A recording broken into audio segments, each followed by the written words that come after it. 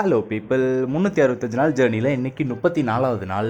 நேற்று எப்படியோ ஒரு நாள் லீவ் விட்டு எஸ்கேப் ஆகிட்டேன். பட் இன்றைக்கி எல்லா ரொட்டீனையும் கரெக்டாக ஃபாலோ பண்ணி ஆகணும். அதனால் காலையில் எழுந்த உடனே கிளம்பிட்டு ஒர்க்கை ஸ்டார்ட் பண்ணுறதுக்கு ரெடி ஆகிட்டேன். நாளைக்கு ஒரு முக்கியமான ஈவெண்ட் இருக்குது. அதனால் இந்த ஃபீவரை இன்றைக்கி சரி பண்ணியே ஆகணும். அதனால் காலையில் மதியம்னு மறக்காமல் இந்த சிறப்பை 1க்கு 2 மூடியாக குடிச்சிட்டு இருந்திருக்கேன் கைஸ். ஓகே, ப்ரிகாஷன் எடுத்ததுக்கப்புறமா வழக்கம் போல் அஸ் யூஷுவல் என் ஒர்க்கை கன்டினியூ பண்ணிக்கிட்டு இருந்தேன். இப்போ தான் ஒரு விஷயத்தை நோட் பண்ணேன். எனக்கு பேங்க்கில் ட்ரான்ஸ்ஃபர் ஆக வேண்டிய ஒரு அமௌண்ட்டிலே கிரெடிட் ஆகவே இல்லை. என்னன்னு சொல்லி பார்த்தா இதை கேட்டதுக்கு சாட்டர்டேவே ஆயிரும்னு சொன்னாங்க. பட் நீங்கள் 4 நாளைக்கு மேலே இன்னும் ஆகவே இல்லை. இதை இன்னைக்கு 2ல் 1 பார்த்தே ஆகணுன்றதுக்காண்டி ஒரு கோபத்தோட விறுவிறுன்னு கிளம்பி வேமா பேங்க்குக்கு போனேன். பேங்க்குக்கு போயிட்டு விசாரிக்கலான்னு உள்ளே போயிட்டு கேட்டால் அங்கே என்ன சொல்லிட்டாங்க அப்படின்னா, அது அடுத்த நாளே டிரான்ஸ்ஃபர் ஆயிடுச்சு, நீங்கள் தான் தெளிவாக பார்க்கல அப்படின்ட்டாங்க. சீக்கிரமாக போன காரணத்தினால் எந்த வேகத்துக்கு பேங்க்குக்கு போனோம் அதே வேகத்துக்கு வீட்டுக்கு வந்து இப்போ ட்ரேட் பண்ணுற டைம் ஆகி போயிட்டனால சாயங்காலம் ட்ரேட் பண்ணுறதுக்கு அசம்பிள் ஆகிட்டேன். இன்னைக்கு மார்க்கெட்டில் ஒரு பெரிய நியூஸ் இருந்தது. அதனால அந்த நியூஸ் கேண்டில் என்ன பண்ணிடுச்சு அப்படின்னா, ஒரு பெரிய கோடா மார்க்கெட்டில் கிரியேட் பண்ணி விட்டுருச்சு கைஸ். இந்த கோட்டுக்குள்ளே மேலேயும் கீழேயும் போக முடியாமல் அங்கே எங்கேயும் சுற்றிக்கிட்டு நின்றுட்டு இன்னைக்கு நாளை எப்படியோ கெடுத்துருச்சு சக்ஸஸ்ஃபுல்லி. ஸோ